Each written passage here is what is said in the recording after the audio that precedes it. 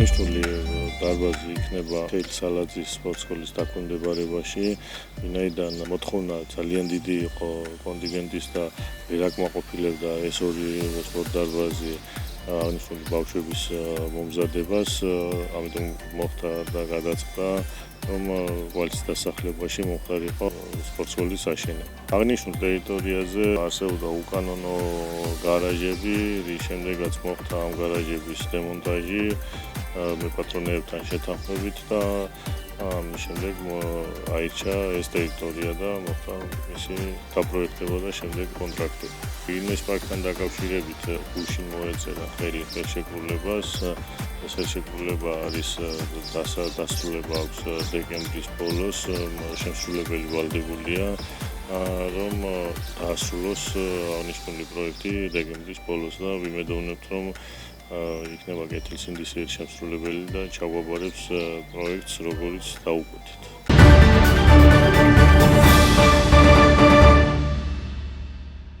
–2026 წლის ერთიანი ეროვნული გამოცდები დღეს ფიზიკის გამოცდით დასრულდა.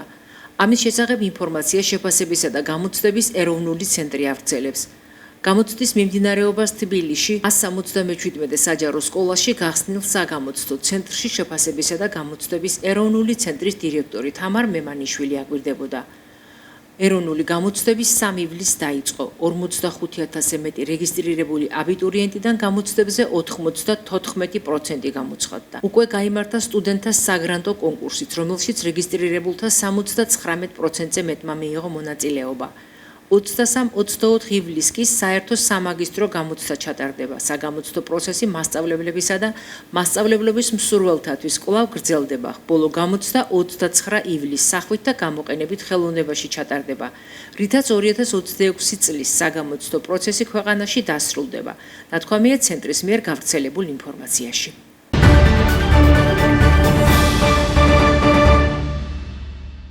დაცვისა და სოფლის მეურნეობის სამინისტროს ეროვნული სატყეო ტემპერატურის მატებასთან დაკავშირებით კიდევ ერთხელ მოუწოდებს სახელმწიფო ტყის ტერიტორიაზე გადაადგილებისას განსაკუთრებული სიფრთხილე გამოიჩინონ და დაიცვან ტყეში მოქმედი სახანძრო უსაფრთხოების წესები.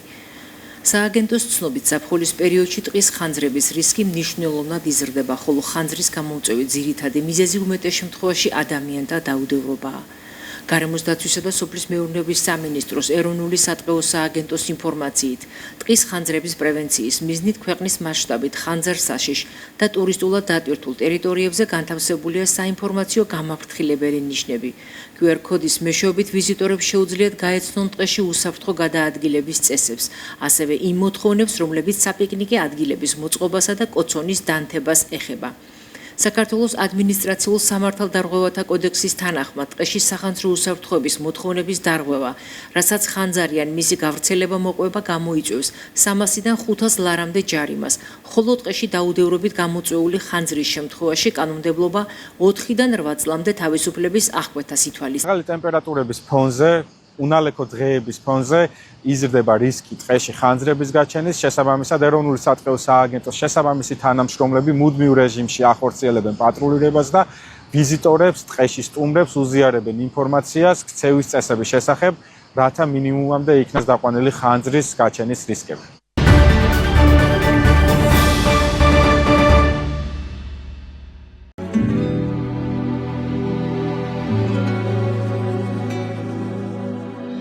ჩვენ ვიმყოფებით ახლა ინოს სახელოსნოში, დავარქვი ინოს სახელოსნო, იმიტომ რომ ჩემი სახელი ესე ინამ ქვია, მაგრამ ინოს მეძახი ძალიან ბევრი, ამიტომ გადავწყვიტე მე ქვია სიმბოლურად ინოს სახელოსნო. ეს ადგილი ემსახურება შემდეგ მიზანს. მინდა რომ ადამიანებმა, არა მარტო ბავშვებმა, ამ ეტაპზე ძირითადად უფრო ბავშვები მოდიან ჩვენთან დროის გასატარებლად და შემოქმედებითად კავდებიან, რა თქმა უნდა, მაგრამ ასევე გათვლილი არის უფროსი ადამიანებისათვის დღევანდელი სიტუაციიდან გამომდინარე ჩვენთვის დიდებისთვის ძალიან მნიშვნელოვანი არის, რომ განტვირთვა გავაკეთოთ სხვადასხვა შემოქმედებითი პატარ-პატარა რაღაც ნივთები შევქნათ და ამ მომენტში სხვადასხვა ძალიან ბევრი ცოტა დიდ ასაკში აღმოაჩენს ხოლმე საკუთარ თავს, რომ შეუძლია ამა თუ იმ ნივთის და ბევრი კიდეც ინტერესდება და უკვე იწყებს თანხის გამომუშავებას საკუთარი შემოქმედებით და ძალიან მინდოდა ზესტაფონში ჩვენს პატარა ქალაქში ყოფილიყო სივრცე, სადაც ადამიანები იღებენ სიამოვნებას, არა მარტო დროს ატარებენ აქ, ასევე იღებენ სიამოვნებას და გამოხატავენ საკუთარ ემოციებს. მადლიერი ვიქნები თუ ამას შევძლებ, ძალიან დიდი გამოხმაურება მოყვა სხვათა შორის და ბევრი დაინტერესდა, ამის მადლიერი ვარ ნამდვილად. და ნახოთ მომავალში იმედი მაქვს რომ კიდევ უფრო განვითარდება ჩვენი საქმიანობა. სახელოსნოში ისწავლება ამ ეტაპზე არის ეპოქსიდის მასტერკლასი, არის თიხის მასტერკლასი, არის დეკუპაჟის ტექნიკის, მოგეხსენებათ დეკუპაჟი არის დაძველების ტექნიკა, დაძველების ტექნიკის მასტერკლასიც და ძალიან ბევრი უკვე სკოლებთან შეთანხმებით ინდივიდუალურად ვის როგორი თემატიკის ნივთი ჭირდება. იმის მიხედვით იქმნება ნივთები. როგორც ყოველთვის ახლა ეს ინტერნეტი ჩვენ ცხოვრებაში საკმაოდ დიდ როლს ასრულებს. ერთხელ მე მუშაობდი მიკროსაფინანსო ორგანიზაციაში, Smart Finance-ში საკმაოდ დიდი ხანი და საკმაოდ კარგ თანამდებობაზე და სხვათა შორის ბავშვობიდან ყოველთვის მქონდა მიდრეკილება ხელნაკეთი ნივთების შექმნისაკენ. ამაში ძალიან დიდი როლი შეასრულა მამაჩემმა, იმიტომ რომ ხშირად ვაკეთებდით სულ სხვადასხვანაირ ნივთებს. და ყოველთვის მქონდა მიდრეკილება რაღაცა გამეკეთებინა და სულ ვაკეთებდი მართლა მიუხედავად იმისა რომ დრო არ მქონდა და დაკავებული ვიყავი ერთხელაც ერთ-ერთი სკროლვის დროს შემხვდა უცხოელი გოგონა არის ერთი რომელიც აკეთებდა ძალიან ლამაზ ნივთებს საათებს და საათებით მან კიდევ უფრო დავინტერესდი და იმ დღიდან მოყოლებული დავიწყე მოძიება. ჯერ მე თვითონ ვცდილობდი რომ ინტერნეტის დახმარებით მეისწავლა, მაგრამ საკმაოდ რთული არის, როცა ეხები უკვე თვითონ ამ მასალას, აღმოაჩენ რომ არც ისე მარტივია და გჭირდება ვიღაცა, ვინც გაგიზიარებს იმ პრაქტიკას. და ამიტომ გადავწყვიტე შემესწავლა ერთ-ერთ კარგ გოგონოსთან საქართველოში.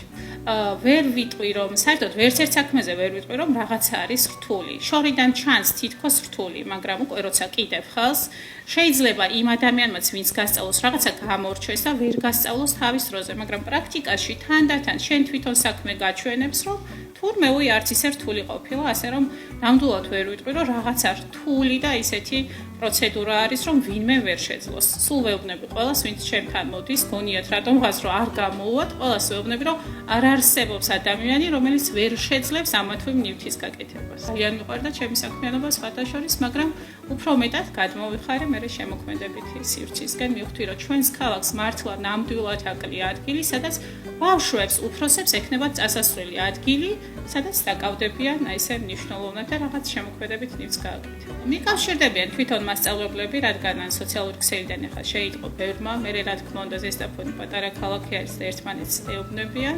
თვითონ მასწავლებლები მიკავშირდებიან და გეგმავთ რა ჯობია, როგორ ჯობია, რომელი კლასია, ისი შესაძლებლობა აქვს თავისთავად ბავშვებს და იმის მიხედვით გეგმავთ ამ შეხვედრებს. ჩემთვის იმდენად მნიშვნელოვანია მიუხედავად იმისა, რომ ძველი სამსახური ძალიან მიყვარდა მართლა და ალბათ ვინც მიცნობს ბევრი დამეთანხმება, რომ მთელ სულს და გულს ვდებდი იქ. არ ვიცი, ხანდახან ვფიქრობ, იმედი არ მიწყენენ ახლა ძველი თანამშრომლები, მგონია რომ ის 10 წელი დავკარგეთ ყველად. იმიტომ რომ ეს პროცესი ჩემთვის არის უდიდესი სიამოვნება, ენერგიის წყარო. მთელი დღე, ერთი ჯგუფი რომ მოვა, მთელი კვირა სულ რომ არ მოვიდეს არავინ, თითქოს მყოფნის ის ენერგია, რომ ვიცოცხლო რომ მე რაღაცა შემიძლია. 25 ბავშვი რომ მოვა, იმ 25-დან ერთს მაინც რომ დააინტერესოს და სახლში მოიძიოს რაღაცა ნივთები, ისგანაც თვითონ შექმნის რაიმე ღირებულს და თვითონ წამოვა ემოცია და გახდება უფრო მეტად თავდაჯერებული ბავშვი, ჩემთვის არის ეს ამაზე ფიქრი ისე მაბედნიერებს, რომ ვერ აგიღწერთ, იმ ხელა სიამოვნება არის. ჩემი გზავნილი იქნება ყველას მიმართ, რომ გავცეთ რაც შეიძლება მეტი დადებითი ემოცია, არ მოვახვილოთ ერთმანეთს რაღაც უარყოფითი ენერგიები, მაქსიმალურად დადებითად ვიფიქროთ და გავცეთ რაც შეიძლება მეტი სიყვარული. ეს აბედნიერებს ყველას. სულ პატარა რაღაც კეთილი ჟესტი დღის განმავლობაში, მე ჩემს შვილებს სულ ვეუბნები, რომ ერთი დღის განმავლობაში საღამოს რომ დავწვევით, ხო, რაღაც მომენტი არის, როდესაც მართლა ყველა ვფიქრობთ იმ დღესთან დაკავშირებით, თუნდაც გავიხსენოთ, რომ სულ ერთი პატარა რაღაცა მაინც თუ კი დღეს ვიღაცას თუნდაც კარი შევუღე უბრალოდ, ან უბრალოდ რიგი დაუთმე, მივხვდი რომ ეჩქარება, ესეთი პატარა ჟესტები აბედნიერებს ადამიანს.